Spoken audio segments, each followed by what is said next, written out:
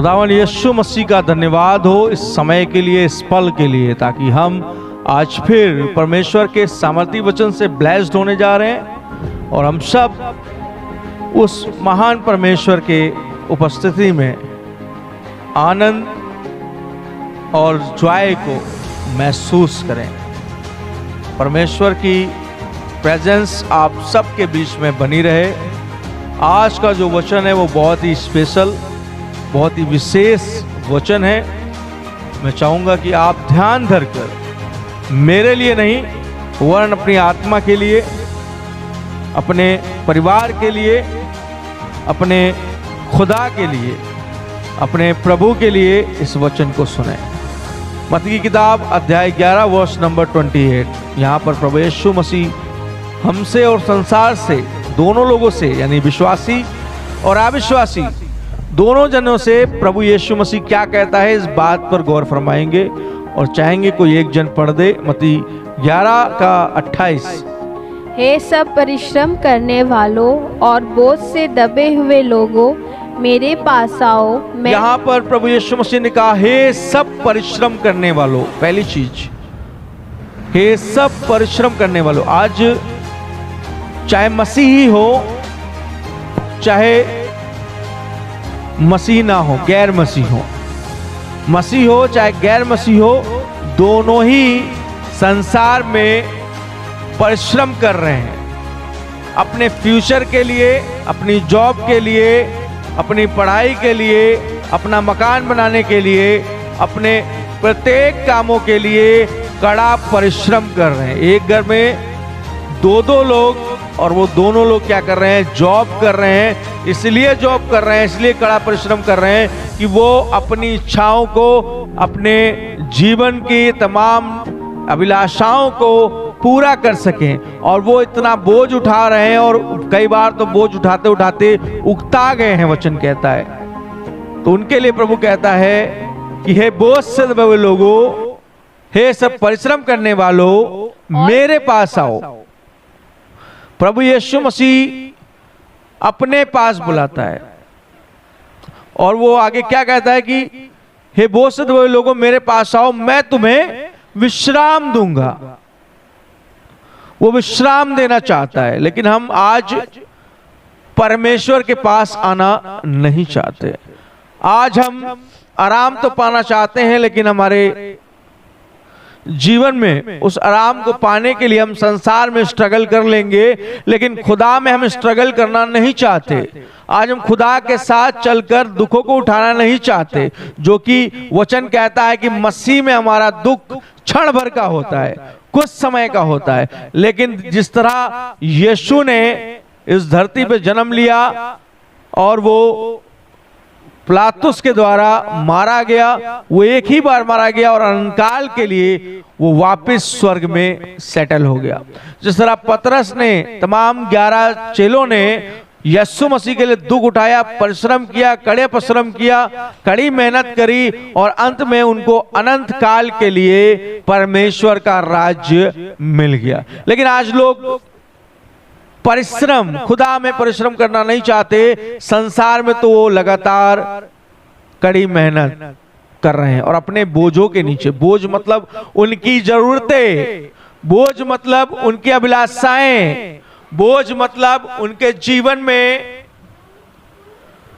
वो इच्छाएं, वो जरूरतें, वो बोझ जो कभी उन्हें घर का किराए के नाम पर सताते हैं, वो बोझ जो कभी राशन भरने के नाम पे सताते हैं, वो बोझ जो कभी उन्हें पेट्रोल डलवाने के नाम पे सताते हैं, वो बोझ जो उन्हें कभी बिजली का बिल भरने के नाम पे सताते हैं, वो बोझ उन्हें जो वो उठाकर उकता गए हैं। वचन कहता है प्रतिदिन का बोझ, नौकरी का बोझ, पढ़ाई का बोझ, शादी का बोझ,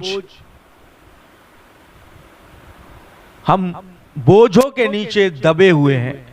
वचन कहता है, आगे पढ़ेंगे, और तुम्हें विश्राम दूंगा।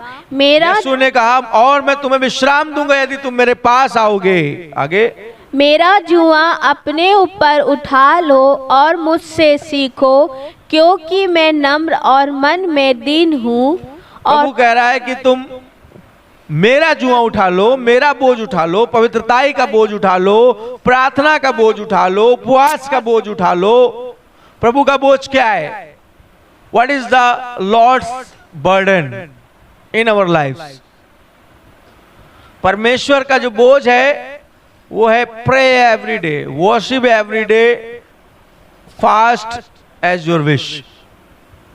लेकिन पवित्रताई, होलीनेस, धार्मिक क्रियाकलापों के साथ, धार्मिक कर्मों में भी विश्वास के साथ खुदा के संग बने रहें, बुराई से अलग पवित्रताई की ओर बढ़ें। खुदा कह रहा मेरा बोझ उठा लो, मेरा बोझ हल्का है। लेकिन आज लोगों को मसीह का बोझ बहुत कठिन बोझ मालूम पड़ रहा है। लेकिन वास्तव में मेरे प्रियो, खुदा का बोझ बहुत हल्का है, बहुत सहज है, और आपका जो बोझ है वो बहुत भारी है। आप उस बोझ को कब तक ढोएंगे? प्रभु कहता है मेरा बोझ उठा लो, क्योंकि मेरा बोझ सहज और हल्का है, और तुम अपने मन में विश्राम पाओगे। और प्रभु कहता है कि मैं दीन हूं, दीन, मुझसे सीखो। जब तक आप दीन नहीं बनेंगे तब तक आप खुदा का बोझ नहीं उठा सकते। यीशु मसीह ये कहता है, हम घमंड से उसकी बातों को इग्नोर करते हैं, अरे ये तो सिर्फ संतों की बातें हैं। ऐसा नहीं है। परमेश्वर ने प्रत्येक मनुष्य के लिए एक व्यवस्था ठहरा दी है। वो सिर्फ पास्टर के लिए नहीं है, सिर्फ बिशप के लिए नहीं है, वो समस्त मानव जाति के लिए एक नियम परमेश्वर ने ठहरा दिया है कि चर्च जाना ही केवल नियम नहीं है। परमेश्वर का वचन एवरी डे आपको अपने जीवन में पूरा करना है। ये मसीह जीवन है। आगे क्या लिखा पढ़ेंगे? और क्योंकि मैं नम्र और मन में दीन हूँ, और तुम अपने मन में विश्राम पाओगे। प्रभु कह रहा तुम जो मन में विश्राम नहीं है ना, मन भटकता रहता है, कभी इधर कभी उधर, कभी ये करना कभी वो करना, भटकने वाले मन। प्रभु कह रहा तुम्हारे अंदर चैन नहीं है, शांति नहीं है, तुम्हें विश्राम की जरूरत है। बेशक तुम्हारे पास पैसा है, सब कुछ है, लेकिन मन में विश्राम नहीं है, क्योंकि तुम बोझ के नीचे दबे हो। प्रभु कह रहा है तुम्हें एक बोझ को जो खुदा का है लेने की जरूरत है, और अपने बोझ को खुदा के ऊपर, खुदावन के ऊपर देने की जरूरत है। आगे, क्योंकि मेरा जुआ सहज और मेरा बोझ हल्का है। प्रभु कह रहा है मेरा बोझ बहुत सरल है, सहज है, और उठाने में हल्का भी है। लेकिन बहुत सारे लोगों को आज खुदा का बोझ बहुत कठिन मालूम पड़ रहा है, जो कि सरासर गलत है मेरे प्रियो। खुदा अपने बोझ को हमें देना चाहता है, और हमारे बोझों को एवरी डे, जिन बोझों को, बंडलों को हम लेके चल रहे हैं, परमेश्वर चाहता है कि हम अपने बोझों को उसके पैरों के नीचे रखें, उसके पैरों पे, उसके चरणों में हम दे दें। और उसका बोझ जो यीशु का बोझ है, गॉस्पेल, पवित्रताई, प्रेयर, वर्शिप, खुदा के साथ चलना, उन बोझों को हम ले लें। और इसको बोझ भी नहीं कहेंगे, इसको एक मसीह कर्तव्य कहेंगे, मसीह ड्यूटी कहेंगे। लेकिन जब आप पढ़ते हैं भजन संहिता 55 के 22 में लिखा है, अपना बोझ यहोवा पे डाल दे, वह तेरे मनोरथों को पूरा करेगा। एक बार पढ़ लेंगे भजन संहिता 55 का 22। 55 के 22 में कुछ इस तरह लिखा हुआ है कि अपना बोझ यहोवा पे डाल दे, क्योंकि वह तेरे मनोरथों को पूरा करेगा।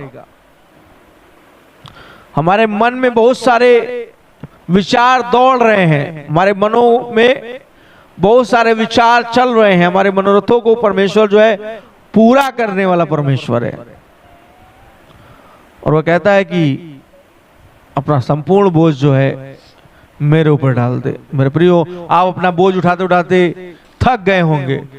आप पढ़ाइयों का बोझ, आप घर के राशन का बोझ। आज बहुत सारे ऐसे विश्वासी हैं जिनके पास उनका अपना खुद का मकान नहीं है। आज बहुत सारे लोग ऐसे हैं जिनके पास अपनी अच्छी जॉब नहीं है। बहुत सारे ऐसे लोग हैं जो बेरोजगार हैं।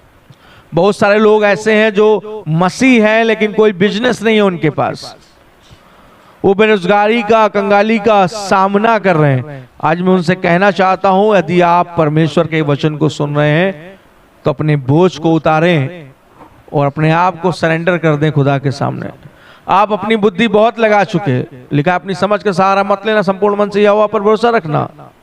आप लगातार अपनी बुद्धि का सहारा ले रहे हैं, अपने मन का सहारा ले रहे हैं, अपने मनोरथों को पूरा करने के लिए आप कहीं इस भाई को धक्के दे रहे हैं, कहीं उस भाई को धक्के दे रहे हैं, कहीं इस संस्था को धक्के दे रहे हैं, कहीं उस संस्था को धक्के दे रहे हैं, कहीं इस चर्च को हम छोड़ रहे हैं, कहीं उस चर्च को छोड़ रहे हैं, और अंत में हम बरसाती मेढक के समान हो गए क्योंकि हमें लग रहा है कि कोई हमारा बोझ उठाएगा। मेरे प्रियो, उस दुनिया में कोई आपका बोझ उठाने वाला नहीं है सिवाय प्रभु यीशु मसीह के। मेरे प्रियो, यदि आप प्रभु यीशु मसीह को अपना बोझ नहीं दे पाए तो जीवन में आप किसी को भी अपना बोझ देने लायक नहीं रहेंगे। खुदा आपको बुला रहा है, खुदा एक मौका आपको दे रहा है ताकि आप खुदा के लोगों उसके नाम पर विश्वास करो और उस पर भरोसा करो। जब आपको परमेश्वर पर भरोसा होगा, आप अपना बोझ उसको देकर उसके कामों में लग जाएंगे। परमेश्वर इस वचन पर सुने जाने पर आशीष दे और आप सबको ब्लेस करें। जय मसीह की, प्रेज द लॉर्ड। जय मसीह की साथियों, यदि आप हमारे चैनल पे नए हैं तो प्लीज़ आप हमारे चैनल को सब्सक्राइब कर लें, कृपया शेयर करें, सब्सक्राइब करें, लाइक करें, और सभी मसीह भाइयों को जो भारत में रह रहे हैं प्रभु के वचन से आशीषित करें। वचन कहता है जो दूसरों की खेती सींचेगा उसकी भी खेती सींची जाएगी। यदि आप दूसरों को बढ़ाएंगे, परमेश्वर आपको भी निश्चय बढ़ाएगा। ये परमेश्वर का पवित्र वायदा है। कृपया हमारे साथ बने रहें। प्रभु आपको आशीष दे। जय मसीह की।